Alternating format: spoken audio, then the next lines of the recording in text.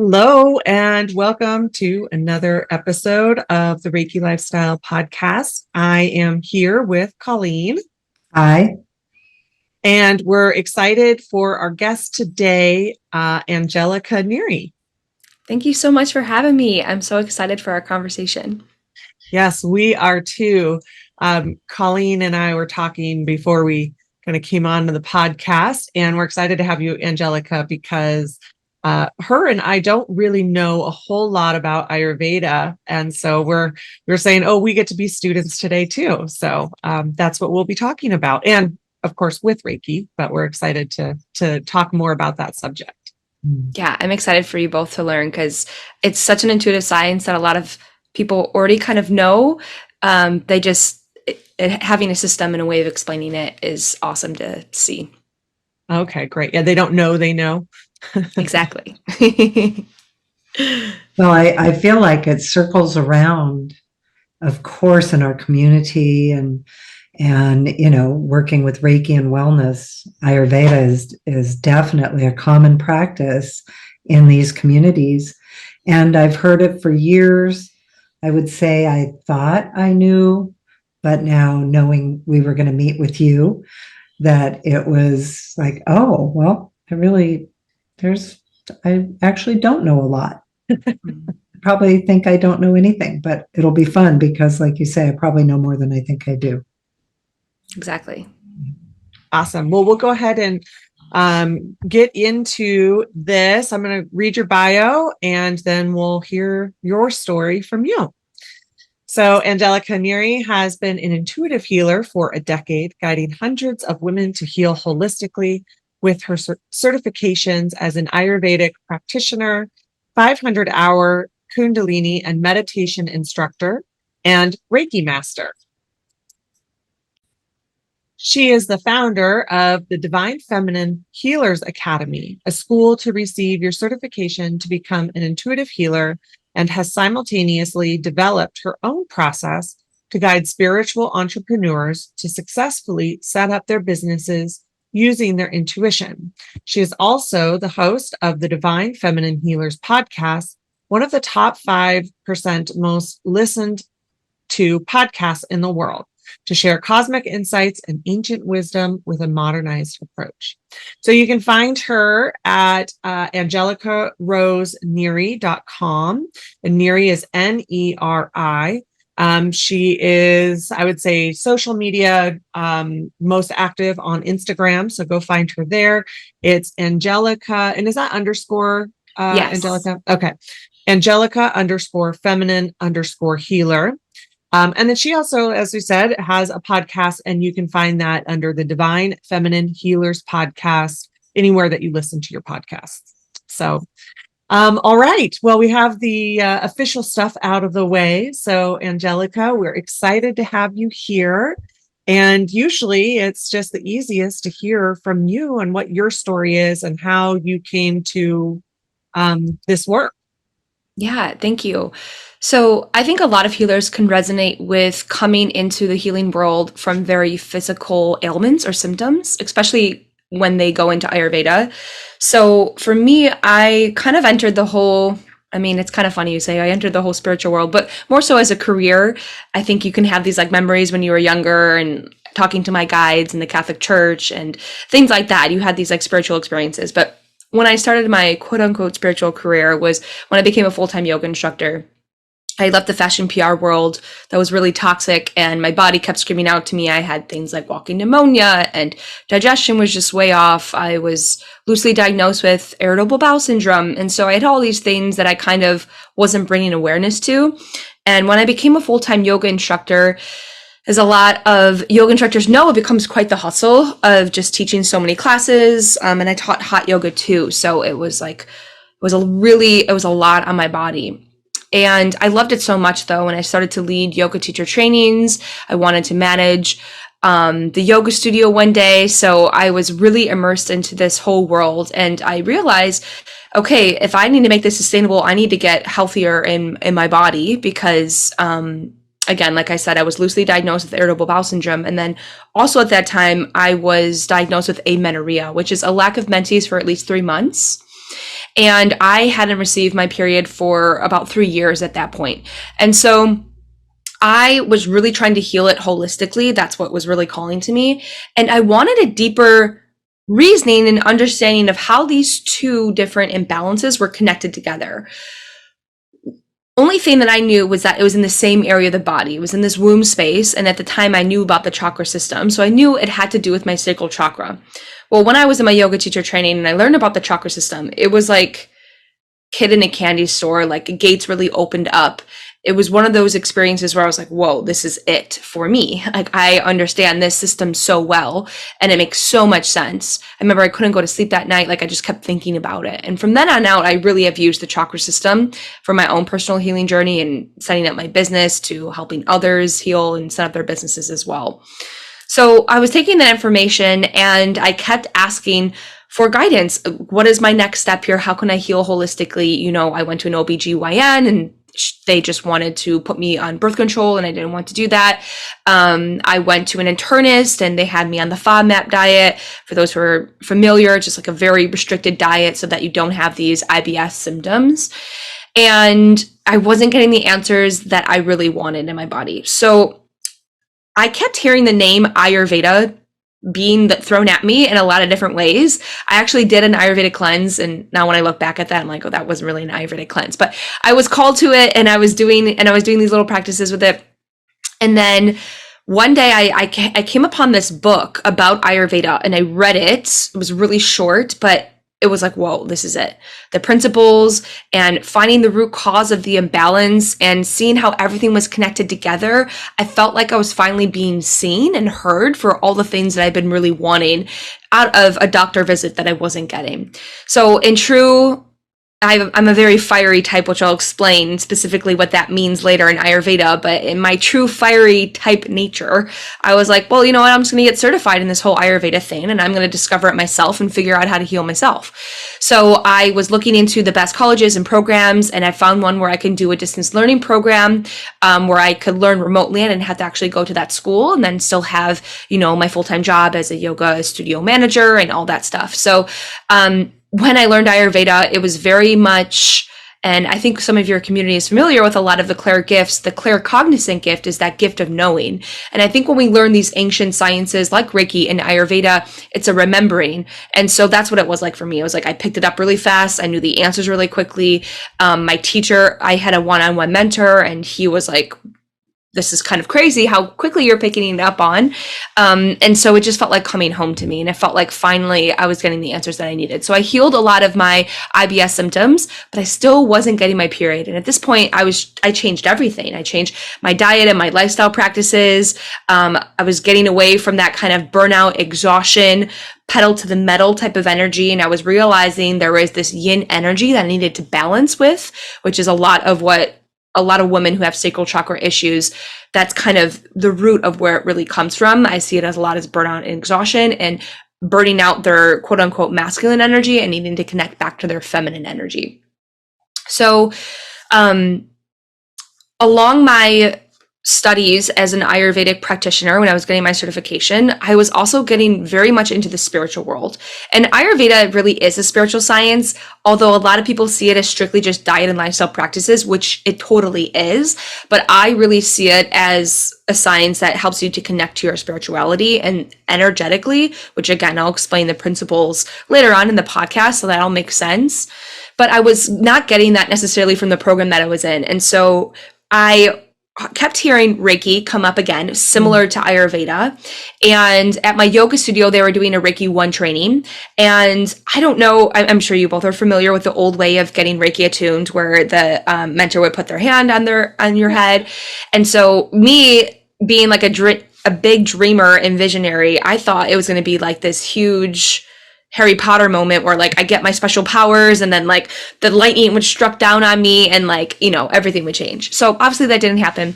And, you know, quite honestly, just to be really candid, after that Reiki 1 training, I was like, I don't really know if I feel this. I don't think I have this gift. And I kind of just wrote it off. And I only say this part because I think this can be some people's experience with the Reiki energy initially, of just feeling like I wasn't ready for it at that time. I wasn't really open to seeing how highly sensitive I could be and how it was wanting to come through to me. And so again, I kept hearing Reiki when I was at my Kundalini studio a couple years later, and I really connected with that teacher. I made sure to connect with that teacher this time because I didn't really the first time. It was through a different lineage. It was through Holy Fire. And so when I took that Reiki 2 training, I was like, you know what, I'm going to go all in this time. I really prepared my body for it. I remember I did like a cleanse ahead of time so that I could really be open and receptive to receiving the energy. And when I had my Reiki 2 attunement in the experience, I could feel these kind of energetic breaks that happen in my body. And specifically, I felt it in my sacral chakra, these like little pops that were happening. And I had these visions of this divine feminine goddess and lots of like water imagery. It was really beautiful. But of course, at the time I had also a lot of self-doubt. So I was like, am I just imagining this and making this up? Or like, did this really happen? So I like went back home and I was like, I don't really know what that was, like, whatever. I wake up the next day after that Reiki 2 attunement and I had my period after not having it for 3 years. So it was just wild because at that time I had tried everything physically, mentally, and emotionally to get my period back. I was very attuned to what needed to happen on that level. But that was so crazy to me that there is something so mystical about the healing journey and something that happens energetically and with the aura that really needs to happen. It's that last missing puzzle piece in that mind, body, spirit connection. And so since then, I just have loved the Reiki energy so much and realized how receptive and important it is for my own healing journey, and went on to get my Reiki masters and started leading my own trainings after that. So Ayurveda has been such a huge part of my healing journey, but really how I've seen is like how all these sciences work together.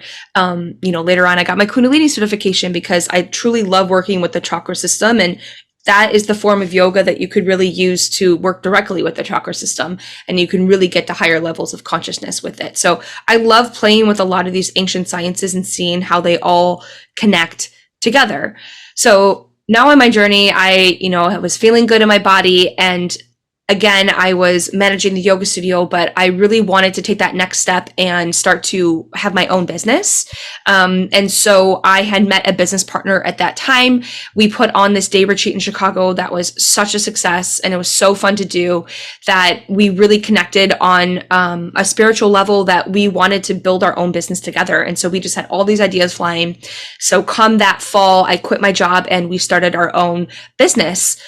Basically, it was certification programs and healing programs to help women heal with Ayurveda and Reiki and all that stuff that I had learned and studied. And then COVID happened. And so it was kind of interesting because I had always been a very in-person teacher. I was teaching yoga classes. That's how I got in my clients. And then COVID happened and it was like, you need to build your social media platform, which felt really hard for me because I didn't want to be on social media. For the first year that we had our Instagram account, I did not show my face. I just typed everything. I'm a writer, so I wrote all the posts and everything like that. But I was like, I want nothing to do with this. Until one day, my business partner at the time convinced me to go on and do an IG story of like a day in the life of what I do as an Ayurvedic practitioner through my routines and rituals. And I got such great feedback, and I secretly loved it when I was doing it, that kind of like broke the seal. And so that really changed my business for me, because I realized another piece of my healing journey, which I think a lot of healers can relate to, is this fear of being seen. And so that really helped me to kind of break out of my shell and really make myself more visible in my business.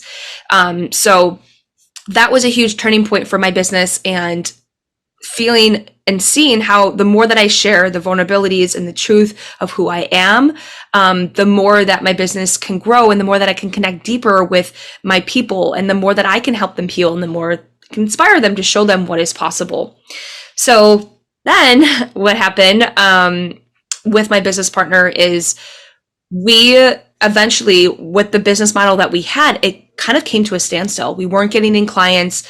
The programs that we were using before weren't working anymore.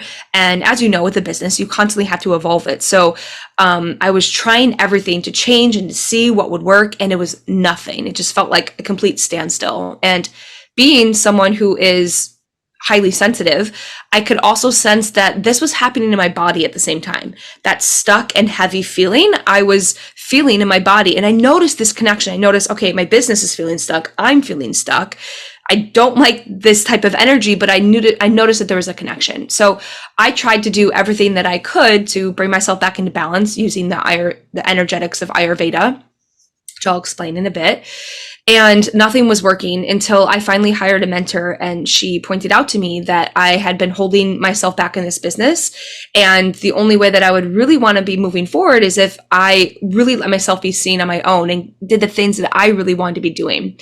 And I never would have seen this, because with this business partnership, it was such a soul connection that I would never want to bring anyone else discomfort, it wasn't even in my mind's field. But once it was brought out to my attention, it was, when you hear something and it's real for you and it's something that you buried really deep within inside you. So I knew the decision and the difficult decision that I really had to make, and that was breaking away from my business partner and us going off in our own direction so that we could truly flourish. And now that I look back at that, I could see, okay, that soul contract was over. And now that that was complete, I can let it go. And now it's time to just step into this next chapter of my life. So it's about 1.5 years now, and I had to rebuild my whole business from the ground up. It was very much like a tower moment in tarot, where I had to kind of strip everything down, get really clear on what my truth was and what my voice was, and rebuild everything. And so within that, like a 3 to 4 month period, I doubled my Instagram following. I rebuilt my whole membership. I made my certification programs to a national standard according to an Ayurvedic association that I joined. So everything was happening so quickly and so fast. Finally, after almost 1 year or so of just at a standstill. And that's when I realized that the body and your business are so intertwined, connected. And once you can really read the energies of your body and your business, it sets up a whole roadmap for you on how you can grow your business and how you can feel really healthy and connected in your mind, body, and spirit. So that is kind of a very long-winded way of my story, but just kind of sharing how, I think for me, the summary is like my healing journey and my business journey really have been one and the same. Yeah. Well, it's like, why in this work is it so common? It's so common for that to take place for people. It's like, all the things that draw us to these practices. I like how you called them ancient sciences, that draw us to these practices and finding ways to heal. And then you realize somewhere along the way that it was always that calling you, and what window could it get us to listen and get us to, kind of fall into our purpose. And it's not our only purpose in this life. We're multi-dimensional beings that have multitudes of purposes. But as far as like our work, personally and professionally, it's such a beautiful story, I think, because I think it's so much of what so many of us experience and how we got to the place that we got to. Because I would imagine, like, starting out, especially where you came from, you weren't like, this is what I'm going to do. Like, I'm in, you probably like had this whole journey of where you got to, and you said you were in the PR fashion industry and all of this thing, not to assume, but I can relate my own story to this. And so you didn't take your yoga teacher training thinking probably, now I'm going to go into and be a healer for the rest of my life. And you just watch those dominoes kind of line up with each other when you look back on it and realize, like, oh yeah, this is what I was meant for all along. And here's all of the pieces that happened to bring this alignment together. Yeah, totally. I mean, my first yoga teacher training was like a fitness yoga class. So for me to go to that, to studying in India for a month, getting my 500-hour certification was like such a leap. But again, like you said, it's like those windows where it's like just showing you along the path and along the way. And I think that's also helpful, because when you're a healer, or when you first realize you want to be a healer in this world, you think you need to know that end game, as if it's like going to college again and you need to know what your major is and it has to be all planned out. But it's like, we're not in a world of doctors and lawyers anymore. It's like, And that's not really how we receive messages from spirits. So many times I get the message of like, just follow the breadcrumbs. Yeah, it's so linear. And also, Colleen and I say all the time, thank goodness we don't know end game, because like there isn't one, right? It's just this continual building of this path and this experience. And it really is, I think, obviously we're humans. There's parts of us that want to know the destination, especially if you have a business, you have that part of us that we do. It's a reality. And then at the same time, it really is this idea of being on this journey and being in that part of it as opposed to the destination. Definitely. And I when you said, Ayurveda is not just diet and, nutrition, there's this other spiritual, I thought at the time, I was like, yeah, it's like saying yoga is only exercise. There's such a spiritual component. Reiki is only putting somebody on a table and giving them a Reiki session. It's so much more than that. Well, along those lines of what you guys are talking about, the way that I think this comes through for so many of us is also that we are part of the foundation of bringing these practices back into modern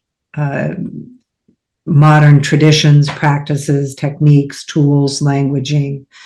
Because when I started on my journey 25 years ago with it all in shamanism, really being a healer wasn't even on the radar. I mean, it wasn't on my radar for sure. I had no idea. I got into Reiki because my horse went lame, and he showed me putting my hands on him and said that he went lame to deliver me to my power to heal.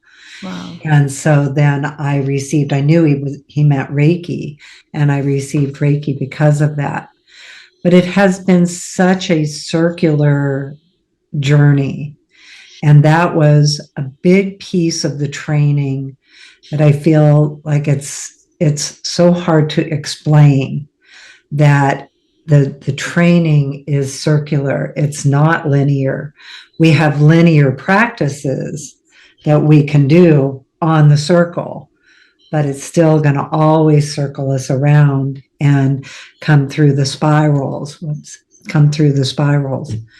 And I would have to say that was one of the biggest things that took me so long to understand. And I like the way that you just verbalize that we are in a different time now in how we learn what the practices are, and how we can actually study these types of practices, ancient sciences that are here to be, reborn into the 21st century. And we know, I've also taught Reiki in India, that a lot of these practices still exist there. But bringing them here is certainly, again, establishing a foundation. I think we are the bridge generations that are bringing these ways back. Definitely. It's amazing because it's really becoming the channel for it and it's so cool. That's why I love helping women really find their voice in this. And I think you both can relate in finding their healer, because how the Reiki energy filters through each person is so technicolor. Like, it's like their own rainbow expression that comes through. And I love seeing how it's so different and how each person wants to really express that. And I always empower people while respecting the lineage and where it came from, while also being able to really own how that wants to move through you. It's art. Yeah, we call that Reiki your way. Because it is. And we talk about, now there are 8 billion people on the planet, and there's 8 billion realities. That's just the human beings. That's not including, I was watching one of the documentaries yesterday on a little bug that has a 2-month lifespan, thinking, well, there's a different reality. So anyway, I digress. Well, so Angelica, let's go ahead and talk a little bit about Ayurveda.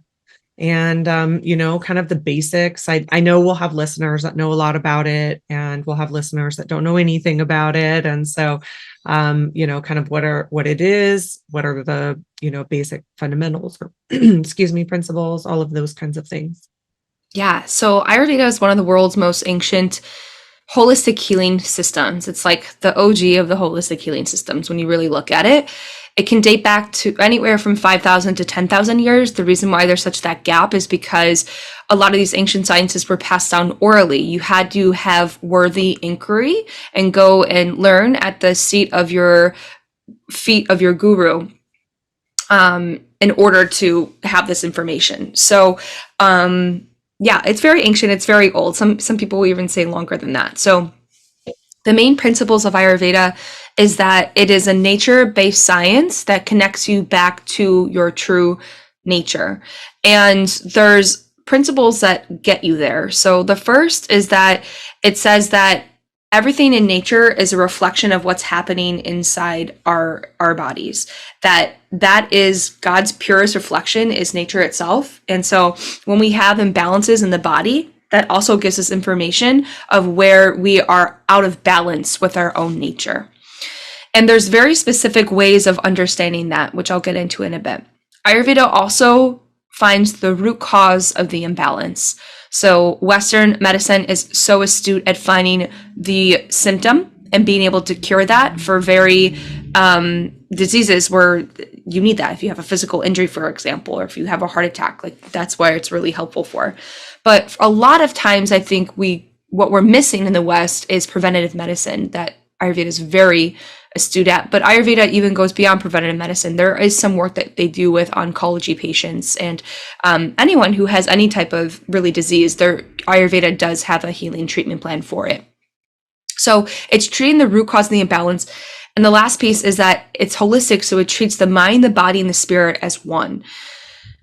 Even if I have a healing plan for two people that have very similar natures to them and energetics to them, it's going to be completely different because they have different life experiences. They live in different environments and climates. They have different karmas and past lives. That's what I love about Ayurveda is that it's all encompassing. And it really gave answers to everything that I have about my health. It's going to be included and encompassed in this conversation rather than I go to a doctor just for this specialization and then another doctor for this. There was an answer that really connected all of them. And so how I have begun to really understand Ayurveda too is that this connection can really help to be understood by understanding the connection with the chakra system. So in Ayurveda, how we can really understand our true nature more and how we can understand nature and like the external world better is through the three main energy types. So these three main energy types are made up of the 5 elements. We see this as similar in Chinese herbal medicine. They have 5 elements as well. They're similar in Ayurveda. They're just one element that's different. So in Ayurveda, going from the elements that are the heaviest to the lightest, the heaviest element is the earth element. And if you want to just picture yourself like digging into cold dirt, that feeling of it, it's very rough, but it's heavy and it's moist. These are the qualities of the earth element. Then we have the water element, which just think about your most local body of water. It's cold, it's dense, it's heavy, it's a little bit lighter than earth, it's flowing. Then we have the fire element, which is transformation and light, and it's clear. And it can transform a lot of the energies. Then there's the air element, which is one of the more lighter elements. And I kind of want to think of just if you're in a winter day in the Midwest or the East Coast and that wind just kind of slaps you in the face. It's cold, it's dry, and it's rough. And then we have the ether element. And the ether element is the lightest of them all and the most subtle. It's what connects everything together. And so it's very much like when you look up at the stars at night and you can see all that interconnectedness of what connects the planets and the stars and the asteroids and all these things into the sky. That is the ether element. Another way I like to describe it is when you're in meditation and sometimes you kind of hear that like that little like buzzing noise almost, that like kind of radio silence, like that silence is ether. So it's the most intangible, so it's the hardest to describe, but it's what connects everything together. So all these elements we see in nature, but we see within us. And this makes sense because we know astrology. We know that there's earth signs, water signs, air signs, fire signs. It is related to that. Ayurveda and yoga, they come from the Vedic sciences. So they have their own form of astrology called Vedic astrology, which is based off of sidereal. I'm not going to get too into it because it's a whole other science to get into, but it's just a more mathematically calculated way of understanding where the planets are in different astrological signs. But it's very much related to Ayurveda and knowing your energy type. So how can we better understand these 5 elements is by understanding that 2 of these elements combined equal 1 energy type. So again, we're going from heavy to light with these 5 elements. Earth and water together equal Kapha dosha. Then fire and water together equal Pitta dosha. And then air and ether together equal Vata dosha. So basically, these 3 energy types just help us to better understand these elements in nature and how we see them in nature. We see them in the seasons. We see them in our food.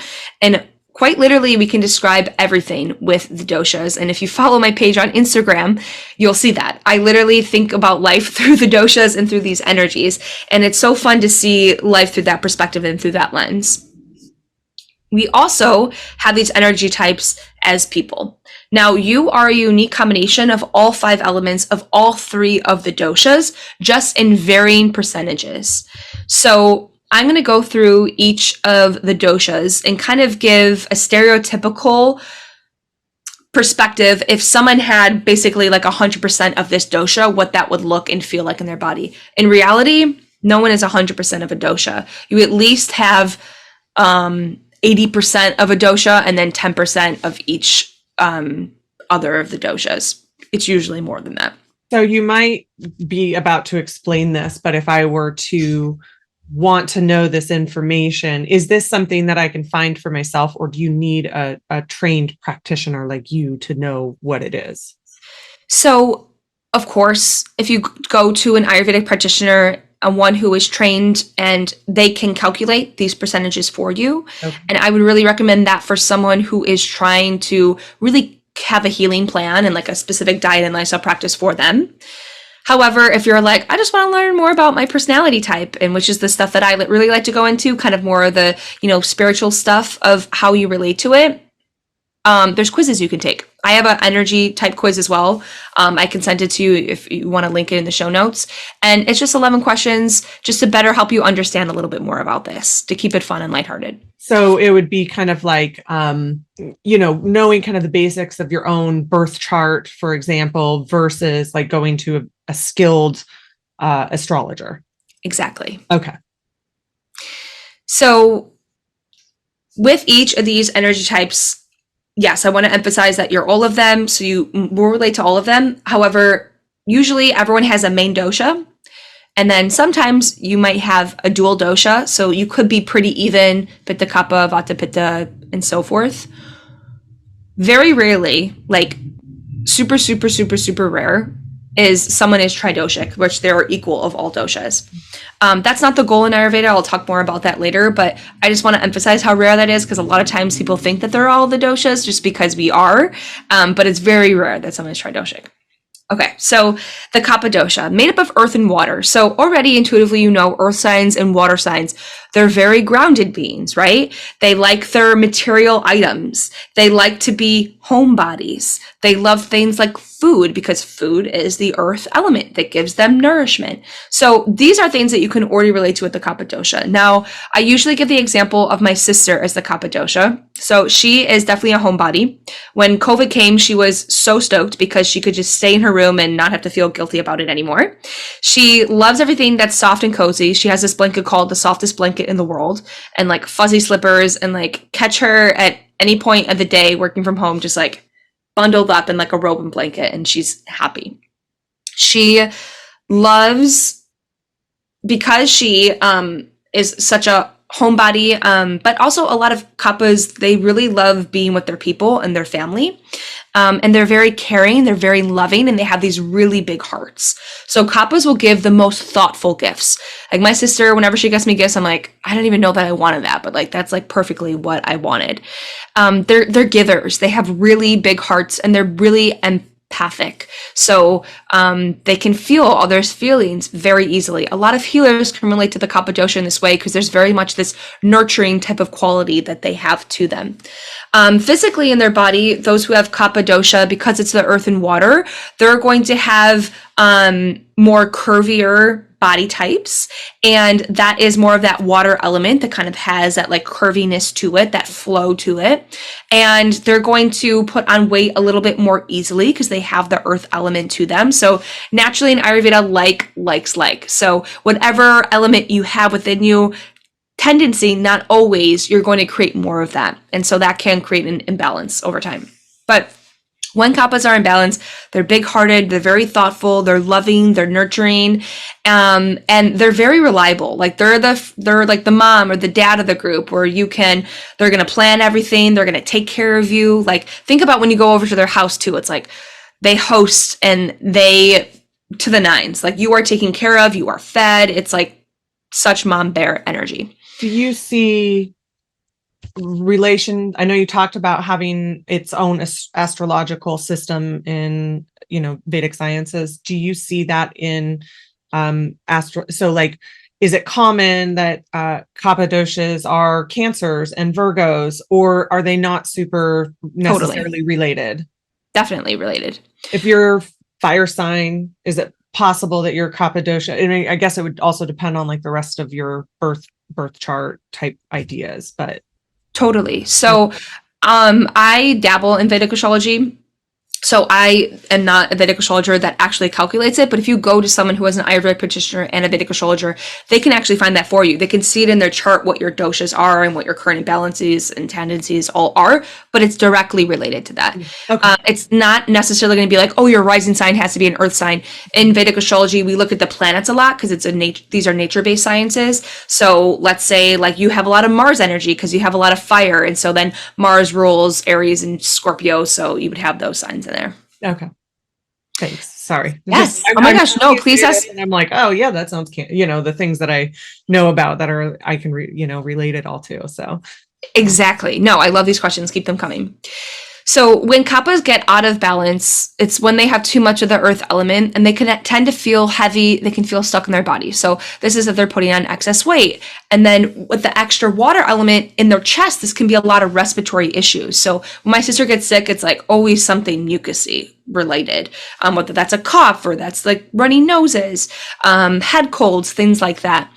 Now emotionally, because kappas have these like really big nurturing hearts, the tendency that I find with my kappa healers is that they give so much over time that eventually resentment starts to kick in because they're not getting what they are giving in return. And they just kind of think like, oh, that person sees how much I'm giving, they're going to give that in return. But because kappas have difficulty with boundaries and saying no to things, eventually it's like they're giving away too much energy and they don't have enough time for themselves and to put themselves first.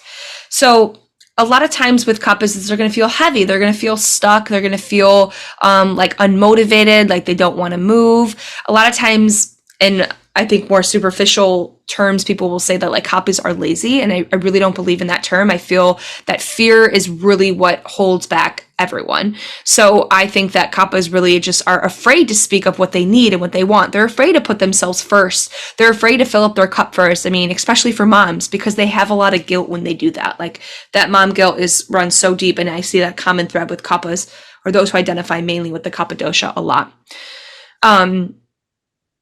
Now, okay, so I'll just go through each dosha first of, who they are, their personality, how they can get out of balance, and then I'll start talking about, how you can get into balance again. So now let's talk about the pitta dosha. The pitta dosha is fire and a little bit of water. So you can imagine, fire elements from astrology. They're very quick-witted, they're smart and sharp, they're motivated, they're goal oriented. They have a vision and they love to see it all the way through. My brother is probably like 90% Pitta, I'm sure. He is just so fiery, and they can be competitive a lot of times too. So, like he rides his bike in the city, and sometimes he thinks that like people are racing him, and he'll be like trying to like keep up with them and like go past them. And it's like, no one was racing you.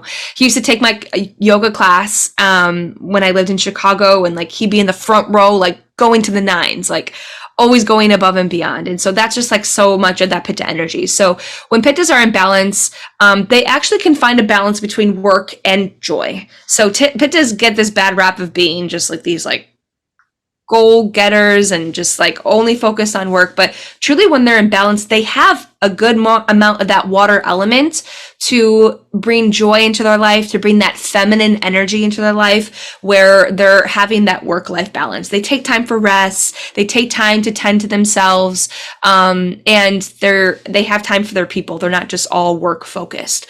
Now, when Pittas get out of balance, there's too much of the fire element physically in the body. That's going to represent inflammation, which is interesting because that's such a blanketed term now for so many autoimmune diseases, but truly that does have a hint of a Pitta imbalance to them.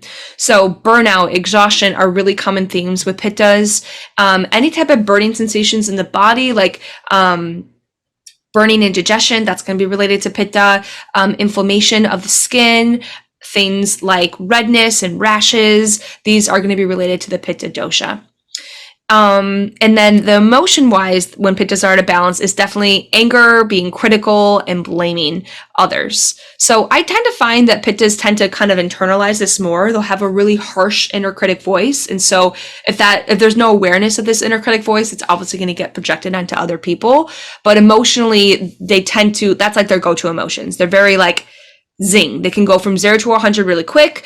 But unlike Kappas that kind of tend to hold on to things for a really long time, they can kind of let it go. It's just that like kind of quick temper, that quick temper that they get after of just getting triggered. And This is fascinating. I've been having these all morning. I've got to be Pitta. It would make sense for me too. Aries sun, Pisces rise, and then everything you described. I'm like, with the balance. I mean, obviously, I would need to like look at it, but just everything you described, I'm like, that's probably me. But what's really interesting is that this morning, Colleen and I are doing a burning bowl next week, and one of the things that we did this week was just preparing for it, like, listening for our intentions, what's underneath everything. The deeper intentions, like how Reiki can help you with that, or your spiritual practices, whatever those may be.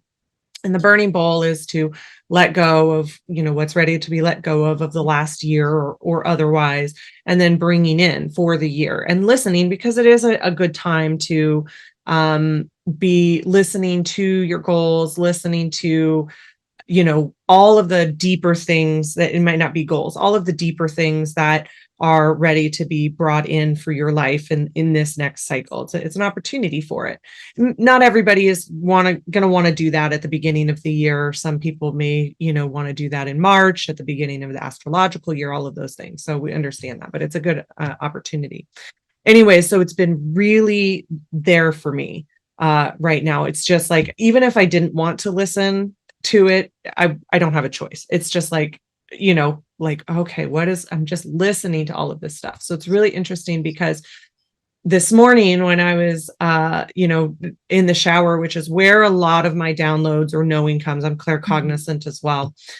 Knowings come in is about, like I've been dealing with long COVID. I've been having flare-ups right now. It's been a couple of years. I was doing really great. Now I got it again in October. So it's caused like flare-ups and things like that.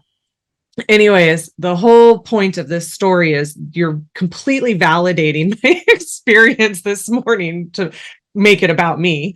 Validating my experience this morning, because I was like, okay, well, what's underneath all of this? And a part of it is that I'm out of balance with some of the things like that I need to look at, and then looking at the deeper parts of that, of what's out of this. So like one of the things that I have always loved as a hobby is cooking. and I haven't had time to really spend time in that, or I haven't felt well enough to spend time in that.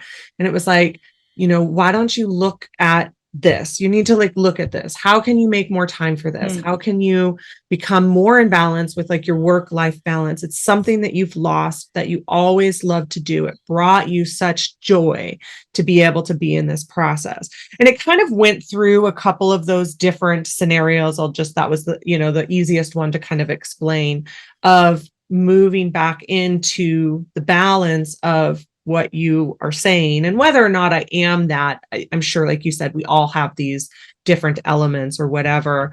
And so just hearing you say that, I'm like, oh my gosh, this is like, it's like we were talking about earlier with just how this all unfolds sometimes. And when you're listening, you hear your answers. And it's like, it's so directly related to my whole conversation within my head and within my body this morning, that I'm like, oh, like it's, it's those aha moments, right? You both know, people who are listening know, where it's like you had this, and then like, and 2 hours later, 3 hours later, you come in and say this, and it's like exactly what is validating my experience this morning. So then it's also about the process of actually listening and doing and all of that. But it's really, really fascinating. And so many other things that are like beep, beep, beep, beep, all of those connections that are happening right now from my really deep listening around all of this whole week. So yeah, I love that, how that happens sometimes.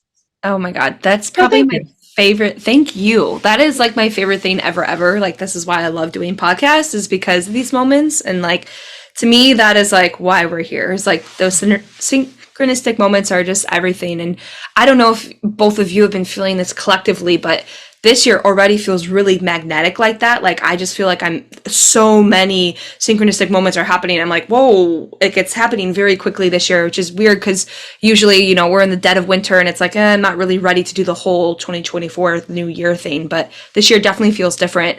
But I also just love that you relate to that Pitta dosha. I think so many women can. And it's like forgetting that joy and forgetting that, like, that is such a part of this life and this experience. But it's just because Pittas get so hyper fixated on that goal and that vision, that it's just like laser focused, that it's like it's great because they have such great focus, but they can literally close out all that joy. And I've definitely been in so many times in my life where I did that too. So I can totally relate.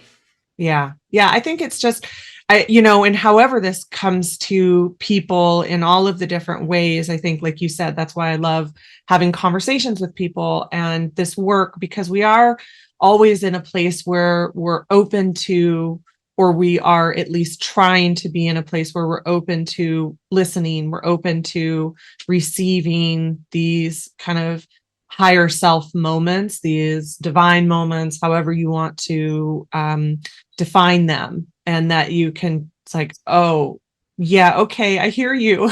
I hear you. Yes. Members. I know, it's like so clear sometimes. I'm like, okay, whoa, showing off over here. Yeah, right. And it's funny because you said that about this year, it's magnetic. And then at the same time, I know in my own experience, it has been a little bit it's been a little bit more gentle for me, that it's not going into the shoulds. It's actually going into, and this was something we talked about this week, really, it's been going into the authenticity of it. It's been going into your why of doing it, going into those deeper layers of it, rather than I should do this, I should do that, I should do this. It's about listening on the deeper level. It's like, okay, so yes, I had this insight in the shower this morning of like, oh, I'm a bit out of balance. And then going into the listening of the why. And now hearing you, it's like, oh, there's the deeper level of the why. It's like my body, my spirit, my mind are calling for this to move more into balance, which is also interesting, because one of the things that I've been hearing for my goal in 2024 is moving more into a balanced nervous system because of that. And so like, oh, there's another level of balance that is showing me. That's more of the appropriate way to say that. It's like, oh, it's showing me this is potentially what I need. It doesn't mean that I don't have to have my goals and my work and all of that, but where is that balance with it all, and how can you go into that in different ways? So thank you. Oh my gosh, of course. Yeah, thank you for that theme. I love that authenticity. And yeah, I could totally relate. And I think it's cool when we have these like collective themes, because like we experience them so differently. Like for myself, I feel like that authenticity is actually like me getting really refined and focused on different aspects of my business that I really want to bring out and hone in on. And it's like, that's so different than like your intention necessarily, but it's cool that we move through these energies really, really collectively. Yeah. Yeah. Awesome. Okay, we got another dosha. We got one more to go. Yeah. So the Vata dosha, it's made up of the air and the ether element. And so this is the lightest of the qualities. So someone who is lighthearted, someone who is really bubbly, someone who is enthusiastic and excited. I love having my Vata friends because they're just a joy to be around. One of my friends, probably I always give examples like the 90% dosha people, and she is a fashion designer. She's been wanting to be a fashion designer her whole entire life. Vatas tend to also dance to the beat of their own drum. So like they've always chose this like other alternative life. They're very creative beings. They can a lot of times be artists, and they love to fly at the seat of their pants. Like, you know, they're just very like, go with the flow. Like, we'll just see what happens here. Like they love to be surprised and excited. They love new ideas, and they get excited when they have new ideas, and they're just going to want to take them and run away with them. They tend to be thinner framed just because they have that lighter nature to them. Now, when Vatas are out of balance, when you have too much of this air and ether element, specifically in the mind, is that it can lead to anxiety, overwhelm, and chaos. So it's like, we want all these ideas, we want to expand, and we want to have that flow and spontaneity. But when that's all that in your life and there's no organization, it's very much like running on a hamster wheel and not going anywhere. So a lot of times I do have a lot of Vata clients because they are creatives and they're wanting to be entrepreneurs, and they have this like creative kind of, and also I think healers a lot can relate to being different and unique. You know, this is not a very common profession to go into. So there's not a lot of people that you know it initially. And so they're known for being really out there. Sometimes that can feel like isolating for them, but it can make them anxious if they are always known to be creative and they don't have like a plan, and they're not organized, and they don't have routines, they don't have rituals. It can get very out of balance. How this shows up physically in the body is going to be constipation, bloating, gas, dryness of skin, insomnia, so difficulty falling asleep and staying asleep. These tend to be a lot of typical Vata imbalances. Now, what's interesting is that 90% of diseases categorized in one of the ancient texts in Ayurveda, the Charaka Samhita, is related to the Vata dosha. So I think for me, how I've really understand that is because all of our nervous systems have been extremely hijacked with the age of technology, that we do have a lot of these Vata imbalances, and anxiety is usually, you know, the culprit behind a lot of it. So when Vatas are out of balance, that tends to be the thing. They tend to be too much into their head. They're overthinking things. They have all these ideas, and they'll jump on an idea, but then a new idea comes, like, oh, I should jump on that. But they have difficulty finishing through what that idea was, what that project was, and really seeing it come into fruition. So you can kind of see also like how these doshas, you need all of them to play together. Like we need Vata, we need that creative energy to come up with the idea. We need Pitta to like execute it and transform it into a physical reality. And then we need Kapha to support it and to nurture it. Like if you're thinking about like a work team, like you need all these doshas. So you need all these parts of yourself to find balance. And so once you understand that, that's how you find balance. It's quite easy. So for example, intuitively, you know this. When you have a Kapha imbalance, when you're feeling heavy and dense, think like after a holiday meal and you wake up the next day and you're just like brain foggy, your body feels heavy. What do you want to do? You want to eat lighter. You want to go do exercise. You want to do movement. You want to get out of laying on the couch all day. That's just a natural, intuitive thing that you want to be doing. And that is using Ayurveda, because what is going to balance earth and water element? It's going to be fire. It's going to be air and ether. Things that are light, movement, transformation. When you do movement, you sweat. That is the fire element. You're going to want to have spicier foods that can help with digestion, that can help to kindle digestion again. You're going to want to have lighter foods so that you can feel lighter in your body. Very simple. Now, if you're a Pitta And well, let me go to Vata first. So if you're a Vata and you have air and ether elements mainly, and too much of this light nature, and you've been feeling really anxious lately, maybe you've been losing weight, you feel bloated, you feel gassy, you need the opposite elements, earth, water, and fire. You need earth to ground you. Literally just walking barefoot or putting your fingers in gardening, in the dirt, in gardening, or going out for a nature walk, going for a hike, getting in the water, taking a sea salt bath is really grounding for Vatas. But also having structure and routine.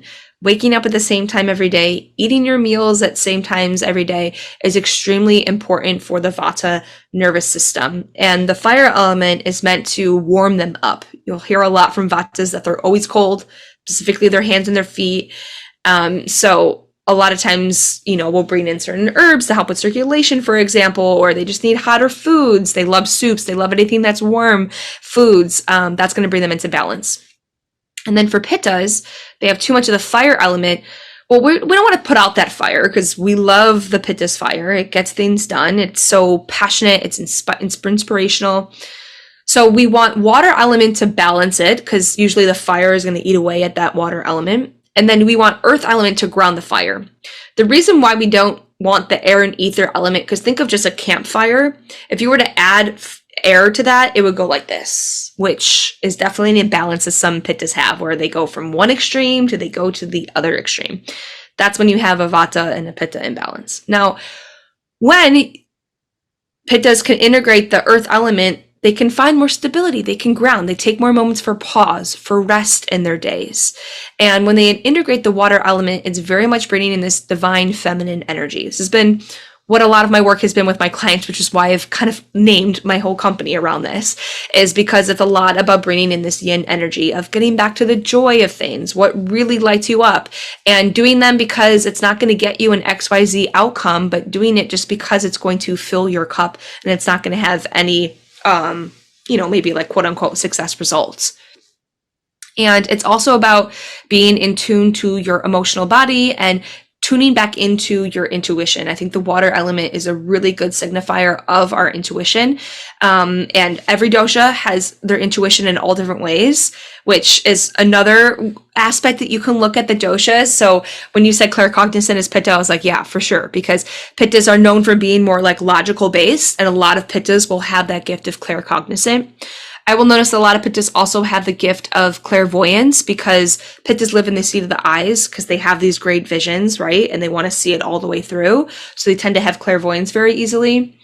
For Kappas, it's obvious, clairsentient. They're very feelers. They're going to have clear empathy. They can feel others' emotions.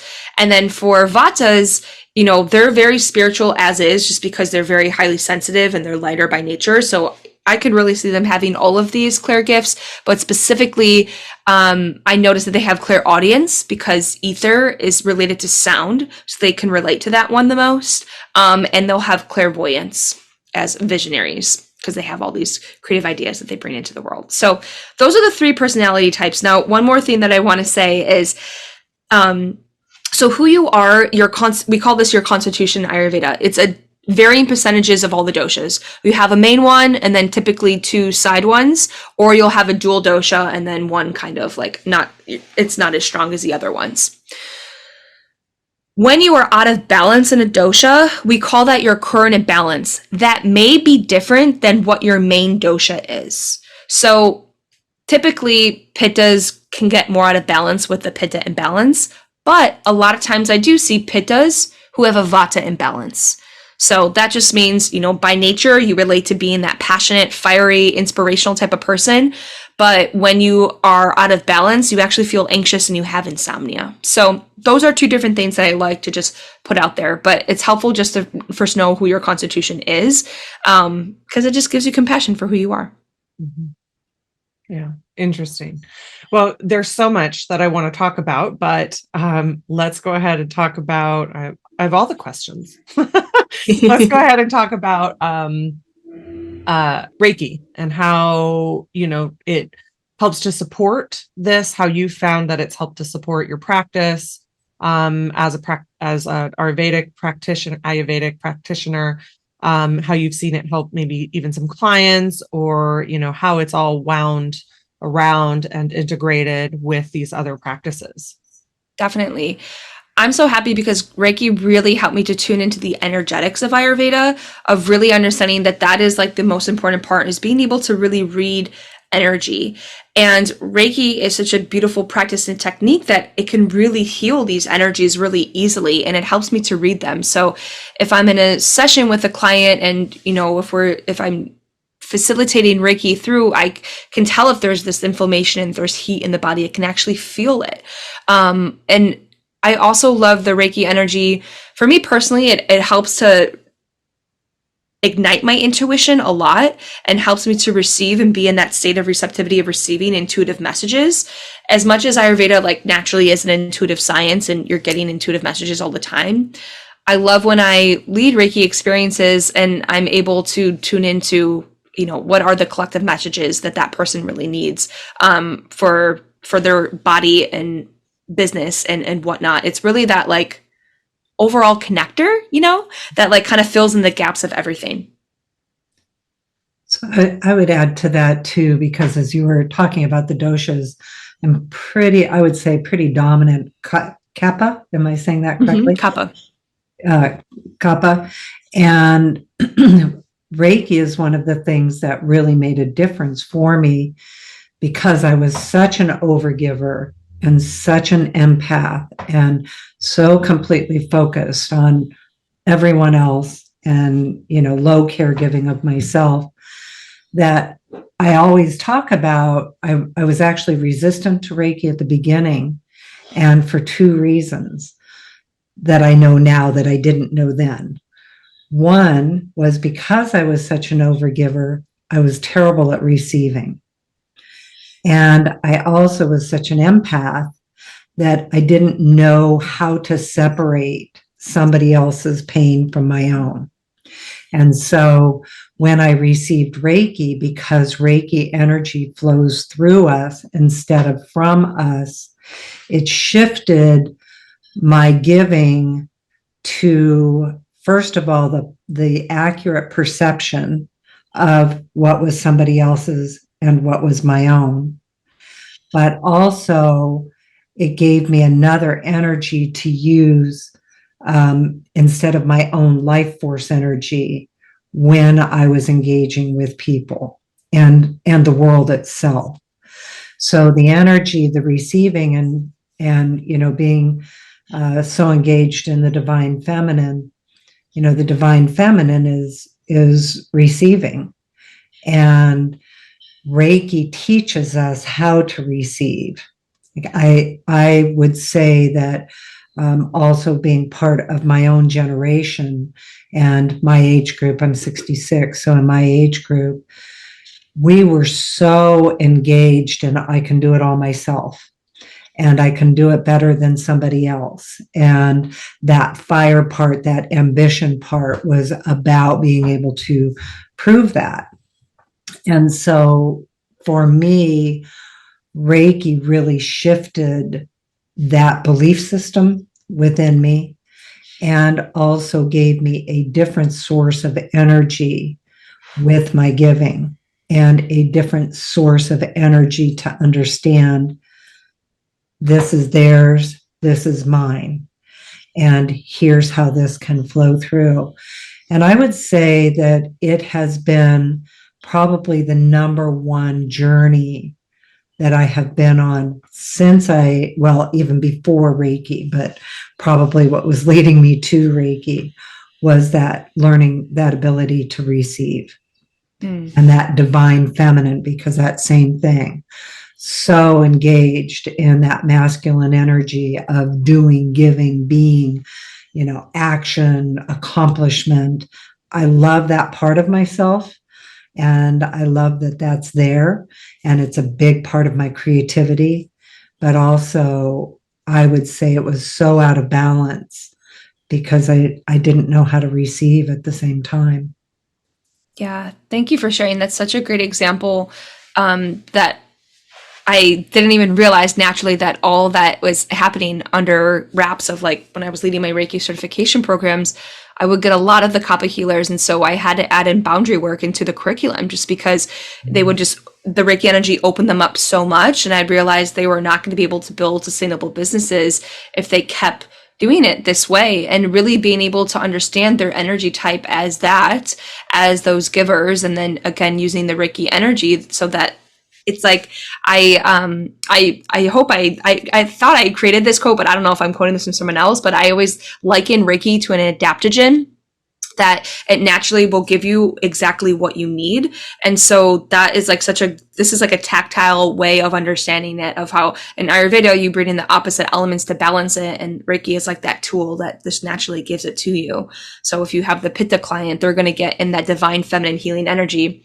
And my first cohort of doing a Reiki certification program, all the women had this like divine feminine experience. It was crazy. It was the first time that I did it online, and I only did it online because there was that upgrade, and I was nervous to do it. But in that experience, each woman that was in that certification program had the same visual experience of this divine feminine energy of them being with the goddess and being in this waterfall type of energy in these healing realms. They were all connected together, and from everyone all over the world having that like same visual experience was just like so wild, but it made so much sense. Like that was the energy that was really needed to heal everyone. And with the Vatas, I see that it's a lot of them needing to ground. And that's what Reiki does too. It can ground your nervous system. Like it helps you get to that theta state where I've never felt that type of relaxation before. Like nothing can get me that relaxed than Reiki. And I always know when of course I know when I'm doing a Reiki training, but I'll wake up that morning and it's like I'm already in the void. Like I'm already going to that like deep place where you can really tap into the subconscious mind and where healing can really take place. So yeah, thank you for that story that helped me to remember all these experiences.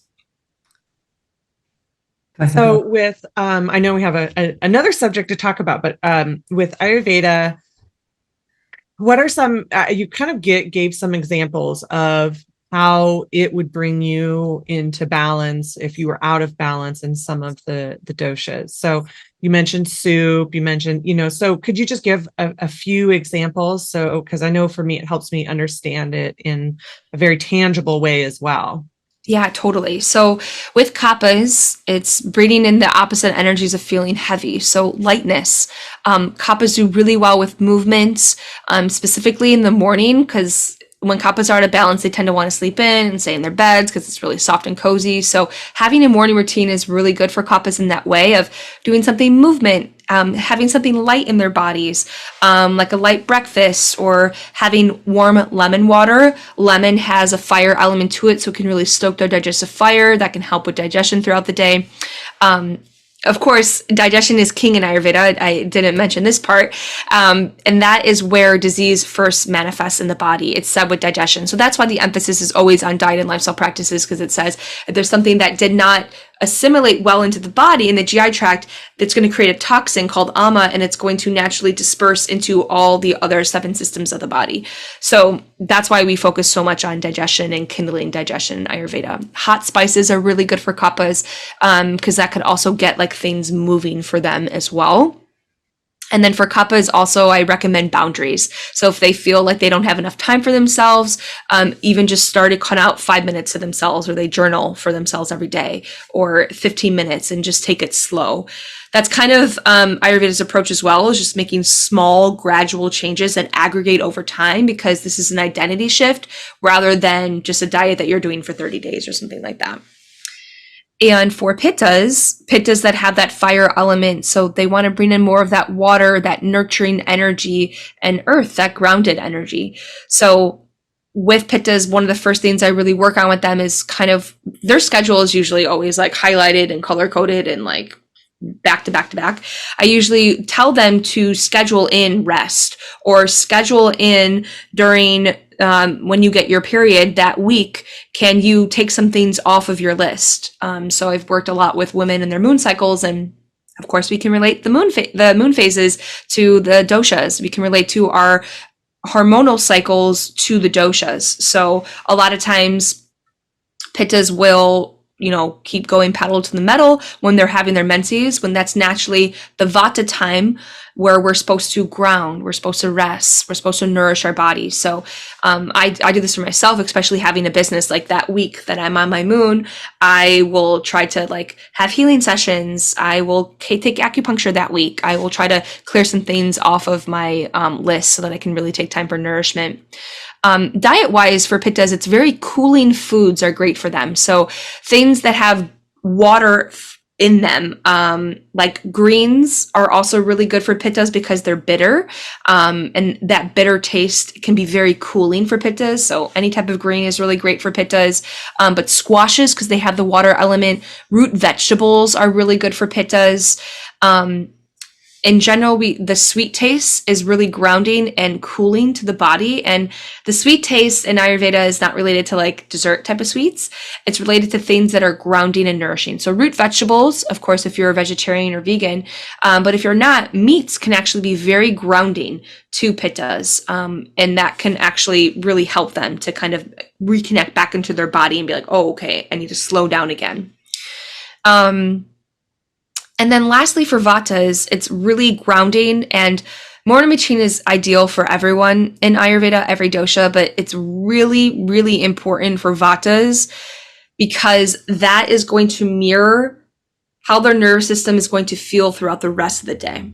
So if they wake up and they're ready, flying at the seat of their pants, grabbing a granola bar, heading out the door, eating in the car, that energy, they are going to stay in that state of fight or flight throughout the whole entire day. Rather, if you wake up with enough time to have a morning routine, to have a ritual, it is crazy how different your life can change from just having that morning routine. Like I have seen clients' digestive systems change completely just from having a morning routine. It's super wild. So doing something similar every day and every morning, like structure and routine, is so key for Vatas, and things that are very warming and grounding to the body. So root vegetables are really good for Vatas. Again, meats or anything that has like kind of that sweet taste to it is going to be good for Vatas, and warm and lightly cooked is good for Vata. So again, I've also worked with Vata clients where they only ate raw foods and all they had to do was lightly saute their vegetables and they did not experience bloating anymore. That's usually the number one culprit, is just having a lot of raw foods and not cooking enough foods that are more unctuous and just slightly oily, so they can help you with digestion. Fantastic. Well, gosh, I bet there is, I mean, like you said, it's a science, and there is probably just so much that you can explore, never ending, with Ayurvedic. Yeah, interesting. And I know for me, it was like, oh, bing, bing, bing. And you can know when you like crave things or when you feel better with things and stuff like that for your dosha, or maybe when you're out of balance for certain things. And yeah, really interesting. I did want to ask you about spiritual businesses. I know that's another piece that you work with people on. And, you have a system around that. And so why don't we go ahead and talk a little bit about that as well? Yeah, so I am really passionate about, because I think this is common too, if someone gets a certification, whatever it be, that it kind of just sits there and they don't take it and run with it. And I think that, of course, limiting beliefs can get in the way a lot of the times.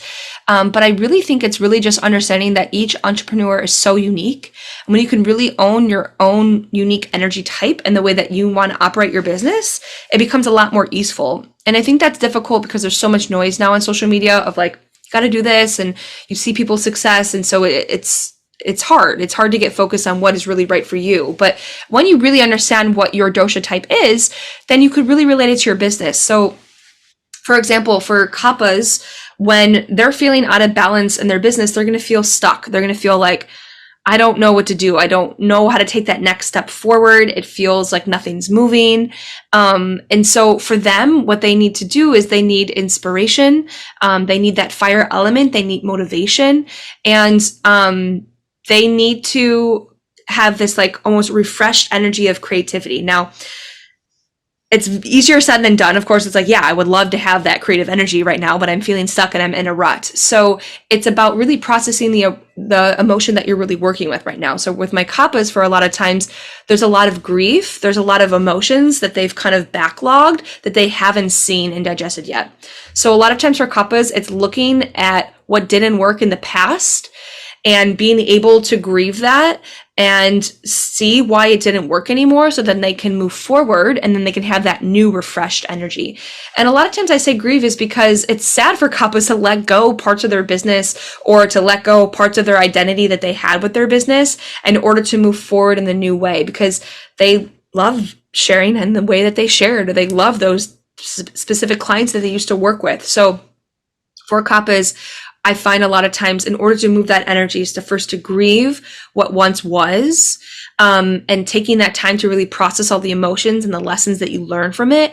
And that will create space in your body, to have more of that refresh and that creative energy. And then it's just holistic. So this is what you do in every aspect of your life. So literally cleaning out your closet or cleaning out your room and clearing out your calendars or your folders on your computer can really help with this energy, so that you can have new ideas that circle through and you can move forward feeling more revitalized. Now, I also work with my kappa clients a lot, like I said, with healers in general, with boundaries. So a lot of times when I work with them, it's like, oh, my clients have 24/7 access to me on WhatsApp and I give them, so much, and necessarily it's not being reciprocated in return. So with them, I work on what they need to feel fulfilled financially and spiritually in their business. Sometimes that's, maybe shifting their offering so that it does have more spiritual aspects to it and it's not just focused on the physical body. And then sometimes it's really focusing on the relationship with their client. So in kappas know this, like if you have your closest relationships, if you're giving more than you're receiving, you're just going to mirror that with your clients' relationships. So it's really important to work on that with them. Now with pittas are love success and they take it and they run with it. But what happens over time, if they don't have that time for rest and for joy, eventually they burn out. They burn out with ideas. They're like, I don't know what to do anymore. Like I've literally come up with everything, or they're just going to feel like exhausted, like they can't keep up with the way that they are operating their business at this time. So the best thing for pittas is to get back to that joy and that creativity and what makes their business fun again. So this can feel hard, especially if you have a business and, of course your income is relying on this. I know that I've had issues with this too. It's like, okay, I want to make all these changes and I want to have fun, but my God, this is hard, like my next paycheck is relying on this. So for pittas, I really recommend that they, like I said, you schedule time in for rest and you schedule in that time. Maybe it's when you have your period, maybe it's during the new moon, but once a month, that time where you have space to do nothing, but just to focus on stillness and contemplation and taking space and time for yourself. That pause is so key for your business, for your body, of course, to rest, but also for you to have that renewed, that recharged sense of energy. I mean, think about whenever we have holidays and vacations, like you need to unplug, you need to recharge your battery in order to have that kind of refreshed energy. And that sounds a lot easier said than done. I know if any other of the other doshas are thinking about this, like, oh, I wish I had that as my resolution. Like that's the hardest thing for pittas to do, is to really implement that rest. It really is. It feels like I'm not worthy of this. Like, what am I doing? Like, I need to be, there's all those ideas and there's thoughts and beliefs that come into mind. So just starting small, of just taking like little moments of rest so that you can really contemplate and take time to recharge the battery is truly the best medicine for pittas. And then lastly is for vatas. So when vatas are out of balance in their business, vatas are never short of creative ideas. Like if I get on a call with my vata clients, they're like, I've got a new offer, or I've got a new project that I want to do. And I'm like, that's so awesome. Like, I love your ideas. I love your enthusiasm. Let's add it to this list of ideas that we have. And let's come back to our goals and what you wanted to focus on and see where this fits into that 6-month, 12-month plan. So basically what Vata needs is organization and structure and focus. They want to do all the things, they get really excited about it.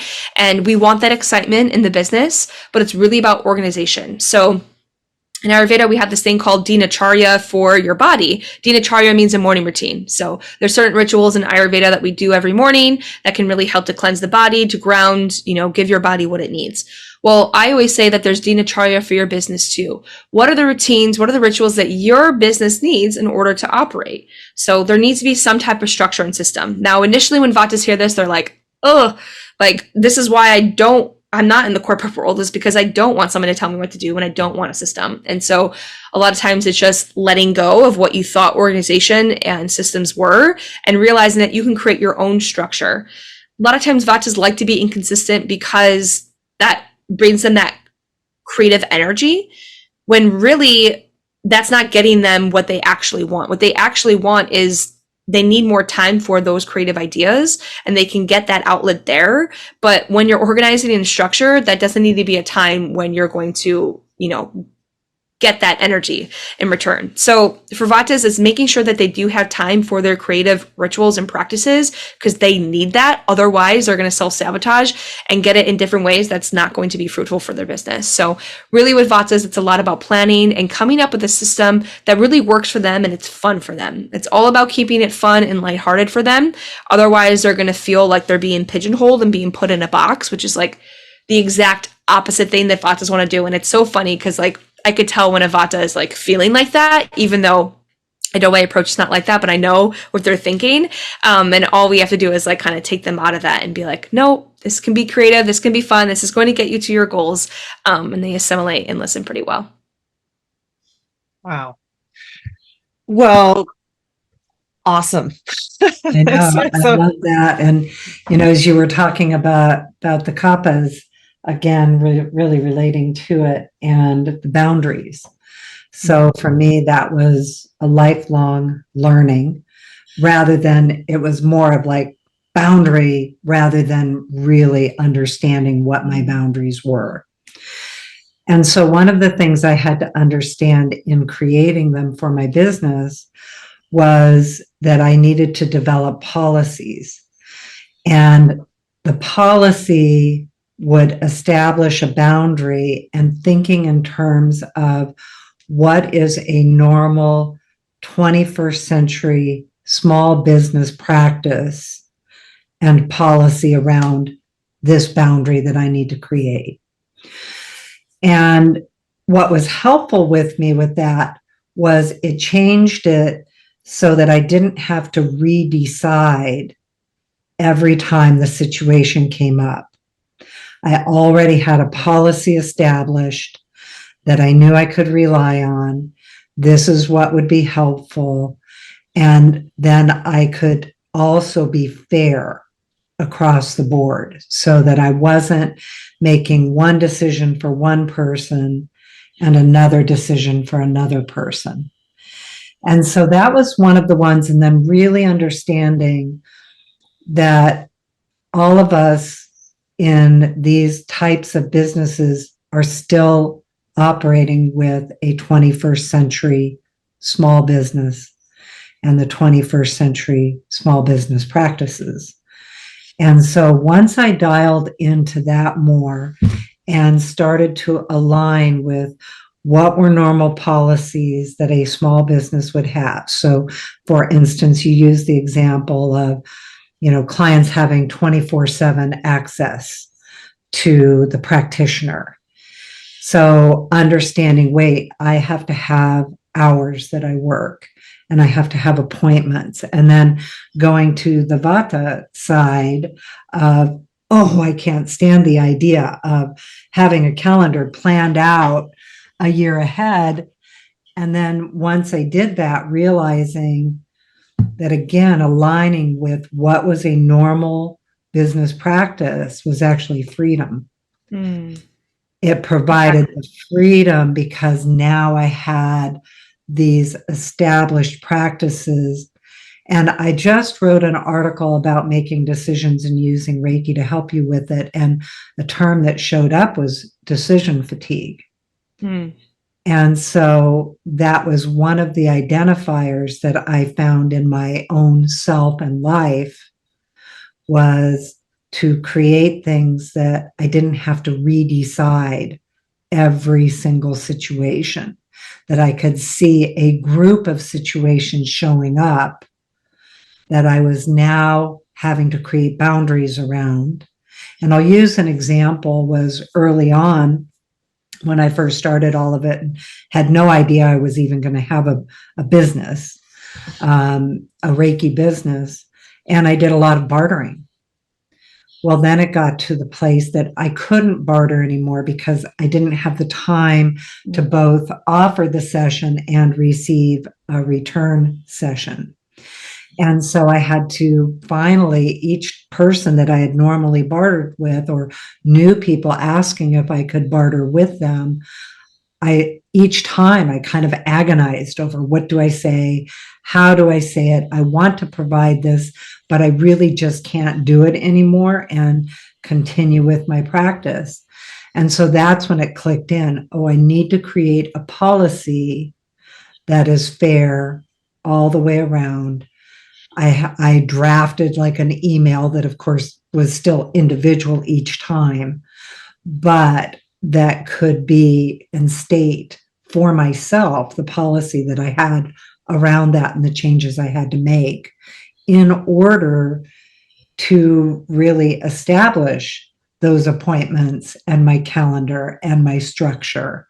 And I was resistant to all of it. And so, it was a process, but I would say also going back to the receiving, learning to just receive Reiki to help me clarify and identify where I'm at in any given moment with my business was so helpful over the years. And it still comes up. I mean, it still shows up with how we have to create policies, and we don't know what they are sometimes until it shows up, but how we have to create policies. And that was an easier way for me to view it, even though it was a boundary. Mm-hmm. It was like the boundary setting revealed to me, oh, I need a policy around this. And also to take care of that decision fatigue, because the decision fatigue, I think, can be such a time suck. It's like just redeciding over and over again. And I'm Pisces and Libra, so deciding is one of my areas of having to always use Reiki to help me in that area. But anyway, I really like what you're explaining with business. And so are you actually, explain to us your structure on how you're coaching people. What does that look like? Like if someone listening wants to work with you, what does that look like? Yeah, so I work one-on-one with everyone's businesses just because each person is so unique. And even if two people relate to the Pitta dosha, everyone has just such unique ways of going about it. So I do one-on-one mentorship for those who are wanting to bring their businesses to life and wanting to understand the energetics behind it and kind of just getting them set up and started with it. And I also have an online membership for a lot of healers who are experienced, but they're just wanting a space to receive, because a lot of times we give so much of our services to others that we forget to have our own healing sessions. So this platform is really for healers who want to receive. And we do things like Reiki healing experiences. We have monthly Kundalini classes. There's a whole library of resources of classes and tools that you can use throughout the month. And I also host a lot of workshops for entrepreneurs based on the season. And for example, like this month, there's a free workshop on goal setting and manifestation for the year ahead, where we get really clear on how you can set your goals, really unique to your dosha type, and how you can really stay committed through them throughout the year, knowing your dosha type, noticing your tendencies and all that stuff, and setting clear habits. So I really love the online membership is where I'm putting a lot of my focus in this year, which I'm really excited for. There's going to be a lot more opportunities for entrepreneurs to grow and connect with each other, and receive their own healing. Well, what's so great about this too, Angelica, is that in relation to what Colleen said about the 21st century business practices, is that by integrating these also, ancient wisdoms, ancient sciences that we don't necessarily have in the West. I mean, indigenous tribes do, or indigenous peoples do, that, we also are trying to bring more voice to. But by integrating these ancient sciences, these ancient practices into these kind of Western ideas around things, it does give us the space and the opportunity to also shift in the way forward. Because I know I'm not the only one that says it, but I, say it all the time, that also the way forward is, yes, we're moving into technology and moving into that. And there's a whole litany of things that we could get into around that. And yet at the same time, the way forward is also in the ancient ways, right? And integrating all of these things into potentially a possibility for a new way forward, in a way where we are also within that, not just the symptoms, but the root pieces of it, where we're listening to all parts of it, where we can sustain ourselves, we can sustain what we need, whether it be boundaries, whether it be time off, whether it to recharge, whether it be structure and practices, and what sustains our soul, what sustains our bodies, what sustains all of that, and then larger picture, like the earth and and living within those things, because that is, I think, what so many of us hope to do within these practices, is to integrate all of them so that we can kind of move into a more healthy and sustainable future within ourselves and within the larger world. So I think that that's a really amazing way to look at some of these things. I know so many of us do, and different ways and within these healing spaces. So that's really, I love that. That's really cool. Thank you. Yeah, I agree. I think that these ancient sciences were meant to be dynamic by nature so that we could relate to how they're supposed to be used in current times. But there's also just always that piece of wow, this has been here for thousands of years and we're still using it. That is just pretty crazy. Yeah. Adaptogens in their own right? And then also honoring the very ancient traditions and knowledge and wisdom. So. Mm-hmm. Well, all right. The things that we've talked about in the past, and I just recently read another social media post about spiritual people with spiritual practices or businesses are not supposed to make money with it. But if you really think about, I look at the next generation and we talk about the descendants and how a child can grow up with the idea that if I study and learn these ancient sciences, maybe I can financially support myself and my family through these practices and help people. And so the idea, that it should be a free practice is, first of all, we all do lots of free work. Just because you have a business, there's still, in those practices, there are still lots and lots of opportunities and ways that we provide free resources and free sessions and free work over and over and over again. But aside from that, and even feeling like I need to justify that part of it, is the idea that we want these to develop. And we want them to develop for the next generations. And I know in my generation, there certainly was no idea that I could learn these types of practices and financially support myself and my family this way. And very clear that, we are the foundation establishing now. And so when I look at my grandkids and I can say to them, oh, I see that. Okay. And I can say to them that they can, they could grow up and have these types of businesses that will support them. They can start from an early age engaging with it. So Robyn just sent me a note that you need to get going, and I forgot. So, Oh my gosh, no, you're totally fine. It's I could talk for like another forever. hour. I'm like, Oh, oh, this is a totally. great topic. I'm like, I know, right? It's like, oh, it's all so fascinating. Well, we'll just have to We'll meet have to have again. you back. Yeah, have you back. I would love to be back. Yeah. Yeah. Okay. Well, in order to get a hold of Angelica and work with her, you can go to her website, angelicaroseneri.com. Again, Neri is Neri. Her Instagram is Angelica_feminine_healer. And then her podcast is Divine Feminine Healers Podcast. And we'll put all the links in the show notes. So, if you're just listening, you can go and just click on it, and it's easy and in the description. So, well, wow, Angelica, it was so fun to have you. Thank you so much for being here and being with us. And hopefully we'll be able to have you back in the future. Oh my gosh, I would love that. And thank you both so much. It's just such a joy to connect with healers and to have these conversations. It's inspirational and so great to be seen and heard on these levels. So thank you. That's a whole podcast in itself, right? I know, we could keep going. Being seen. All right. Well, thank you so much, Thank everyone. you. And we will catch you next time.